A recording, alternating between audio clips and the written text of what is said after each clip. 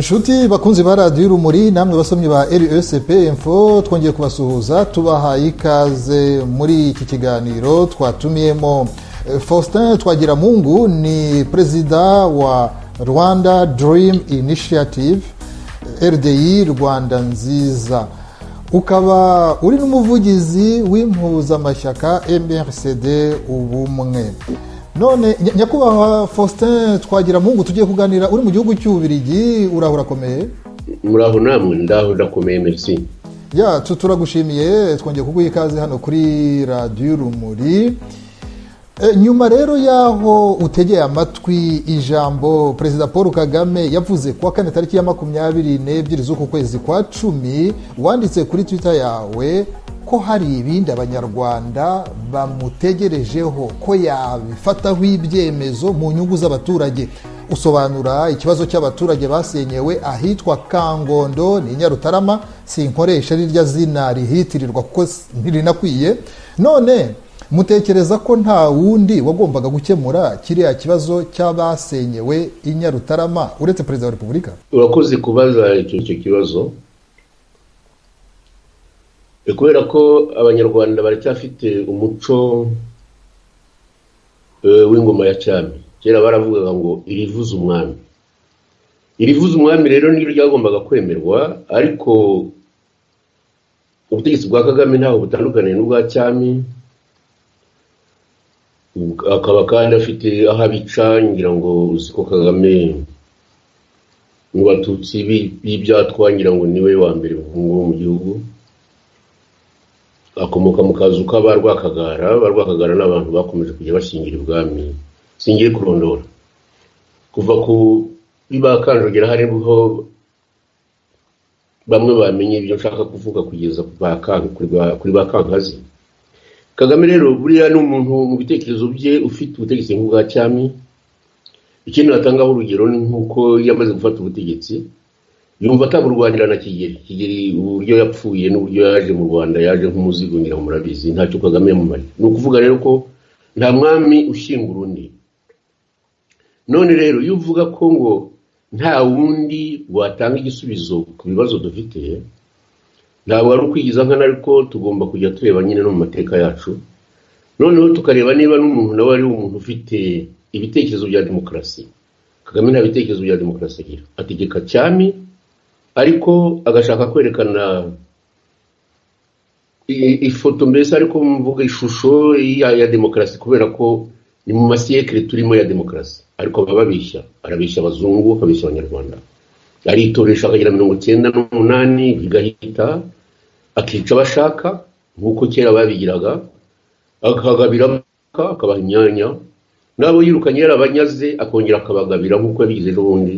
Agabira umwe yari yaragize minisitiri akongera akamugira senateri, n'ukuntu yari amaze kumwandagaza. None rero reka tugaruke ku ngingo.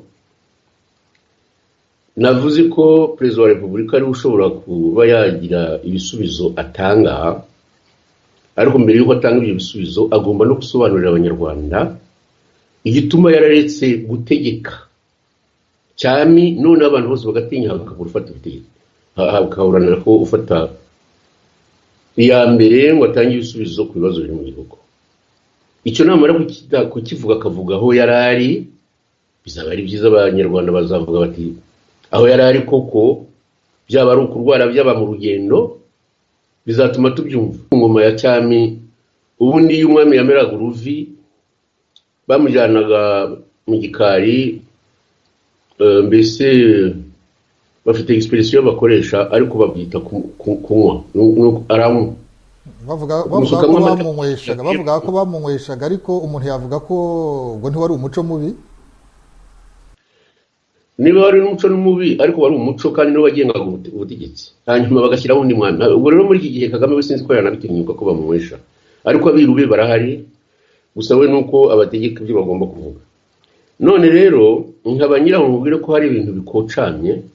Iyo umuperezida adahari haba hari vice president, iyo vice president ataba hari haba hari inama ishinga amategeko, cyangwa se hakaba na minisitiri w'intebe. Ejo bundi nanditse Twitter mvuga ko minisitiri w'intebe rero bagombye gufata ubwo butegetsi, nabonye yaratangiye gusinya ubwo nuko yari afite ubuhusa rwa perezida. Ariko ikindi tunenga cyane ni ukubona abantu birirwa bavuga amagambo bavuga ngo ni abadepite ngo bahagarariye rubanda, cyane cyane abo intumwa za rubanda. Ntabwo abaturage bagomba kuboroga nk'uko babaroga uko nguko, barira abakecuru, barira bavuga ko babambika ubusa bakabatera ibintu by'amahiri aho bambariye. Urumva ibintu by'urukozasoni. Abo rero bafata amavuatire bakabaha za keredi, bakagira bate, bagakira, bakubaka amazu, bakajya bakora ibintu by'igitangaza. Abo ngabo ngo bavugira rubanda, abo intumwa za rubanda. Kagame rero niba adashoboye kuvuga, intumwa za rubanda zigomba gukora ku buryo bwose hagira uvuga cyangwa nazo zikavuga. Ikindi ni ugukurikiza icyo bita constitution. Ntabwo umuntu utegeka igihugu ashobora kubura ukwezi kose ceceka nkaho ari umwami nyine, cyangwa ko yatinye kunywa. Abantu natwe tugaceceka tukabura utegeka, kandi ntitushobora no kugira n'ijambo dukora. Ngaba rero ngewe ngira ngo kuri icyo kibazo cyawe, ntabwo nashoboraga kubaza perezida wa repubulika kuko ntiyabonekaga. Sinashobora kubwira abavugizi be kubera ko abavugizi be ntabwo bashobora kuvuga iyo atabahaye uruhusa. Sinashobora kuvuga abo banjwa bavuga ngo bahagarariye ngo rubanda kuko bo ntibaboneka. Cyoshimisha no gufata ibyo babageneye by'imishahara no kubaho neza. Tukaba rero ndangizanye nkubwira ko mu bihe bishize n'ibihe wenda bizakomeza, kuko buriya kuza hariya ntabwo byarangije ikibazo. Ni ukuvuga ko igihugu kizaba kiri mu gihirahiro. Ntabwo rero dushaka igihugu cyacu kiba mu gihirahiro, aho kugira ngo gikomeze kuba mu gihirahiro. Njye nabwira rubanda ko igihugu ari icyabo, ko bafite imbaraga yo guhindura ibintu. Nkabambwira abanyarwanda ko guhindura ibintu ntabwo bigomba imbunda. Icyo mushaka rero kubwira rubanda, ntibishinge abo bantu, kuko nanjye nabajugunye mu ijisho, nararebye imyaka 25 irashize abantu bari mu mashyamba. Nkaba rero ngiye mbona ko rubanda yonyine ni ukwemera igatanga ibitambo. Twarabitanze. Banyarwandakazi, namwe banyamakuru, mujye mutekereza ku mateka yayo. Twatanze ibitambo bitigeze bitangwa muri iki gihugu mu mwaka w'1994. Twarabitanze. Ariko nubwo twabitanze ntabwo twabonye icyo twashakaga. Twabonye amahoro, nta nubwo twabonye ubutegetsi bwiza. Inzira rero iracyari ndende kuri icyo kibazo cyawe. Niba umukuru w'igihugu adashoboye gusubiza ibibazo kubera ko adahari, kubera ko atavuga ko yarwaye, kubera ko atavuga ko yatembereye se, kubera se ko atavuga wenda ko ari mu kiruhuko, ubu tugahera mu gihirahiro, ndabona tugomba gushaka ubundi buryo bwo kugira ngo igihugu cyacu kiyoborwe neza. Faustin Twagiramungu, kuri kiriya kibazo cy'abasenyewe Kangondo i Nyarutarama, nagira ngo nkubaze, kuri wowe usanga perezida wa Repubulika Paul Kagame yarabarangaranye? Ni ikibazo abantu bavuga ko cyatangiye ahagana mu mwaka w'2017, imyaka 3 irashize. Kuri wowe ubona abategetsi barakirangaranye, cyane cyane kuko usa nkaho nyine ubwira perezida wa Repubulika kugikemura? Barakirangaranye cyane ku buryo n'abanyarwanda ubwabo bageze aho ngaho. Aho Kangondo bahita nyine izina wenda wavuze ko tutagomba kurivuga, reka nigihorera ko abanyarwanda bararizi. Iriya zina ni irihimbano, nta nubwo rihesha icyubahiro abantu bahatuye cyangwa bari bahatuye. Niyo mpamvu numva ni Kangondo i Nyarutarama. Rwose uremeza yuko babarangaranye? Yego rwose ugize neza. Kangondo i Nyarutarama abari ko bazajya baryita, kandi ko kuba mugani babaye ibyo kera twitaga imfura bareka kujya bakoresha iryo jambo barivuga no ku maradiyo na hehe. Bagiye baryita Kangondo i Nyarutarama. Ririya zina abaryise uko bamwe bashaka gukomeza kuryita ntibahemutse, ariko ntabwo ari byo gukoreshwa. Reka rero tugaruke kuri iki kibazo cyawe, kuko ni cyiza kugira ngo abanyarwanda bakurikire ibya Kangondo. Kangondo abantu barasenyewe gusa, mbese nk'abantu bubatse mu isambu ya Kagame akumva ko abantu bamwubakiye mu isambu ye batamubwira bagomba kubasenyera bagahambira uturago bakanagenda rwose nta kindi bahawe. Kugeza ubu ntacyo bahawe. Ariko ndagira ngo mwibutse ikintu kimwe, nuko Kagame yabashubije ko kuba barabasenyeye ntacyo bitwaye, ndetse ahandi bari kuzana za tingatinga bakakubita amazu bagakubita n'abayarimo bakajya kujugunya. Twakumva uko yabivuze. Mu by'ukuri niba mwajyaga mugereranya ibintu bimwe bikorwa hano cyangwa n'ibikorwa n'ahandi, umbwira uti nta hantu ndabyumva ku isi ko bagira batya bagasenyera umuntu, niyo hari impamvu. Aho nakumva ko mu Rwanda dukora ibitangaza bidakwiye gukorwa ibintu ariko ahandi bazana za katapira zurazizi za tingatinga uko bazita rwose ahubwo hano murabitinya, n'uwakoze amakosa muramutinya, ariko ahandi baraza bakamutwariramo tingatinga ikaza igaterura inzu n'abarimo n'iki igashyira hariya. Uranyumvira neza? Hamwe n'abari mu mazu tingatinga zikajya ziyora zijya kuvuga. Umukuru w'igihugu abivuga.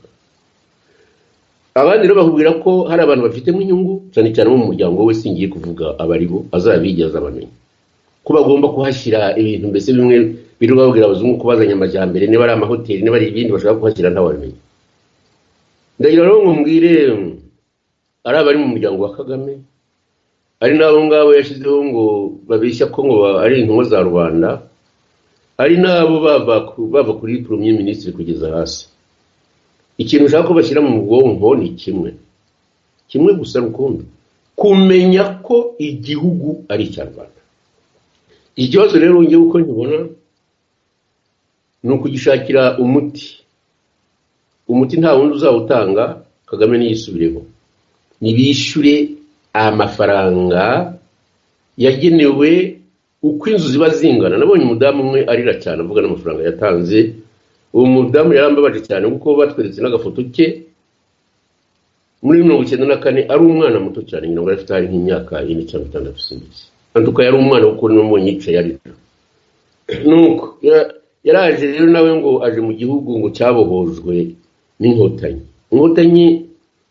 Inkotanyi ntabwo ari abatutsi rega, abantu benshi bakunze kubyibeshyaho. Nongere nsubiremo ko bizaba amateka kandi azavugwa, bizavugirwa ku matariki byavugiweho. Ibyo ngiye kuvuga ni byavuzwe na Madamu Rwigara, yuko abaho nzakomeza muvuga.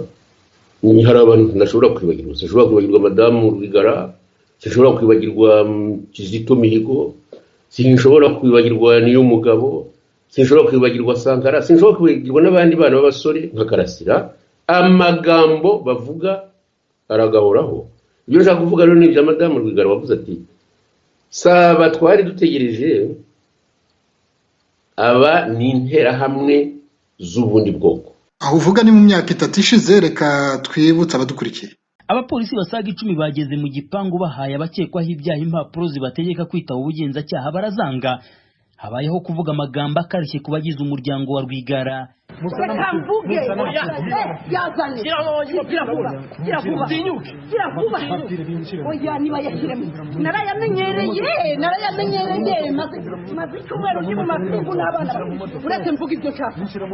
Umwana wanjye yariyamamaje nk'umunyarwanda, dore ko iki gihugu ntawe ukigiramo uburenganzira, murangije muratugerekaho imisoro itarigeze ibaho. Amapingu turayamenyereye, zanagira vuba tesemo hamwe z'urundi rwego. Uzanye abanyamakuru, reka tubabwiye, tumaze icyumweru ujya n'abana banjye tuboheye muri uru rupangu turi mu mapingu. Baradusahuye, inzu yacu barayishenye, turako yose irashenye, ibintu biri hasi, inzugi zose barazibomaguye, amafaranga yose barayatwaye. Kuva 1995 leta yabicanye aho yamuhereye.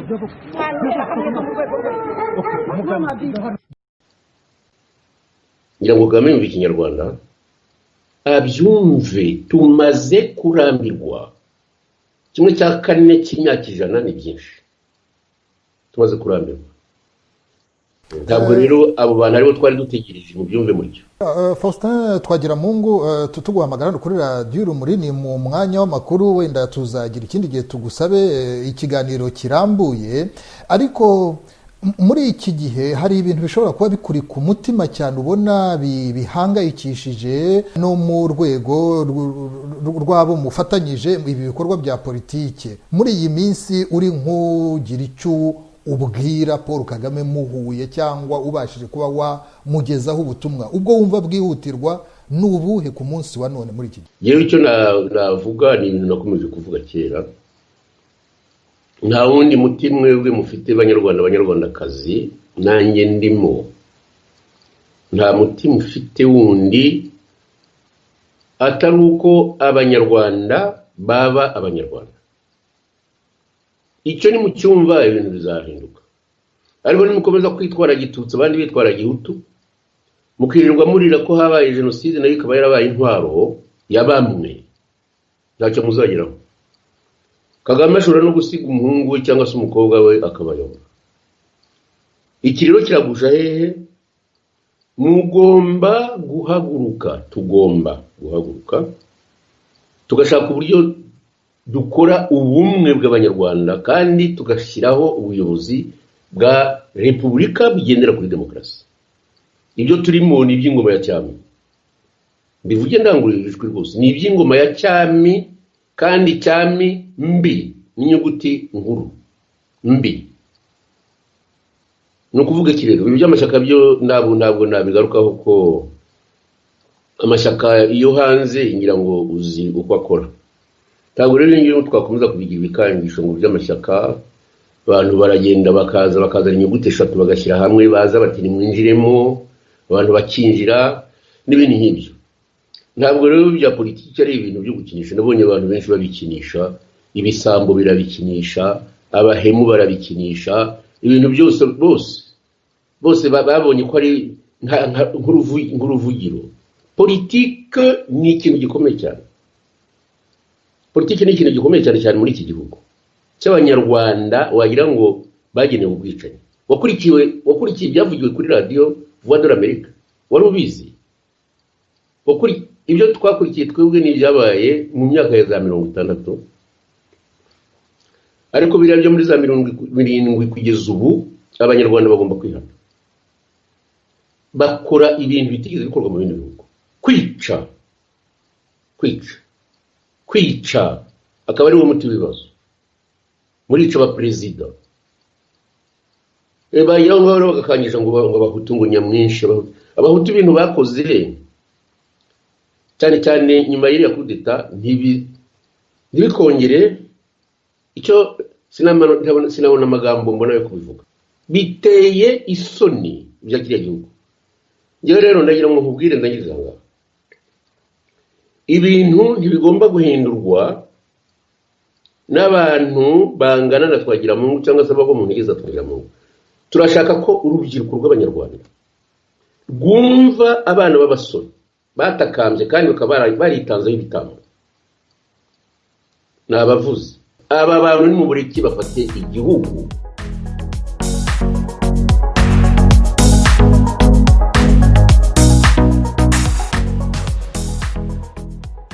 Hari batekereza ko bimwe mu bintu bikuri ku mutima ari ikibazo cy'imfungwa za politike mu Rwanda. Hari icyo wabivugaho? Imfungwa za politike mu Rwanda zarabaye.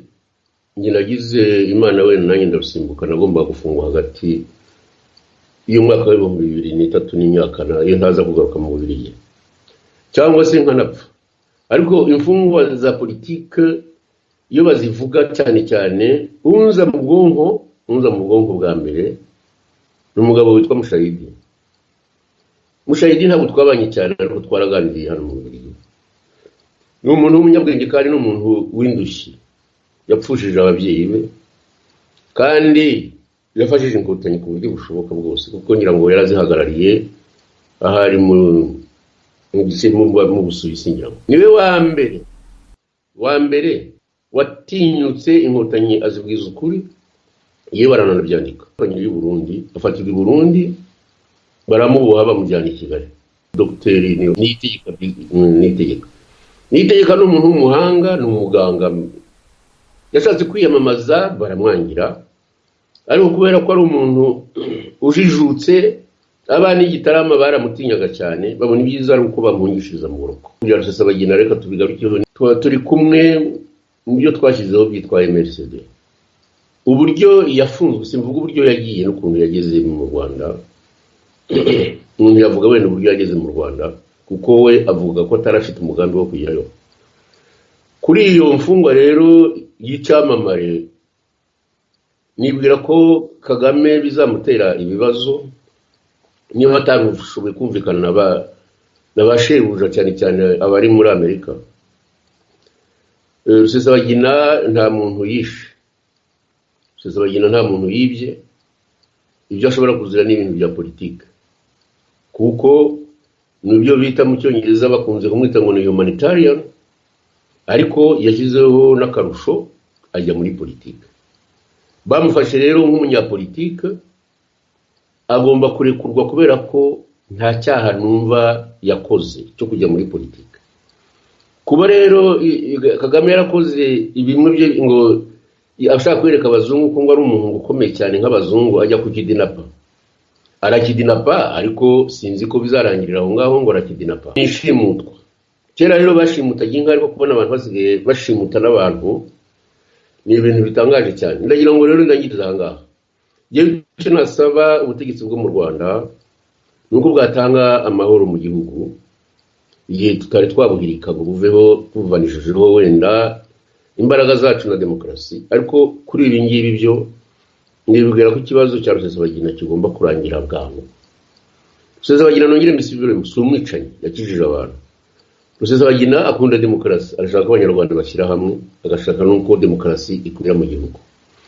Rusesabagina niba yarahagurutse akajya Dubai ntiyabwo yagomba gufatirwayo, nta muntu yishe, nta muntu yibye, ntaki. Ntabwo rero yazira ko ashaka ko abanyarwanda bashyira hamwe, wenda bagashyira hamwe ku buryo bubashoboke. Abafite imbaraga bakarwana, abatazifite bakazakoresha politiki, ariko narekurwe kuko ibyo arimo ntabwo ari icyaha.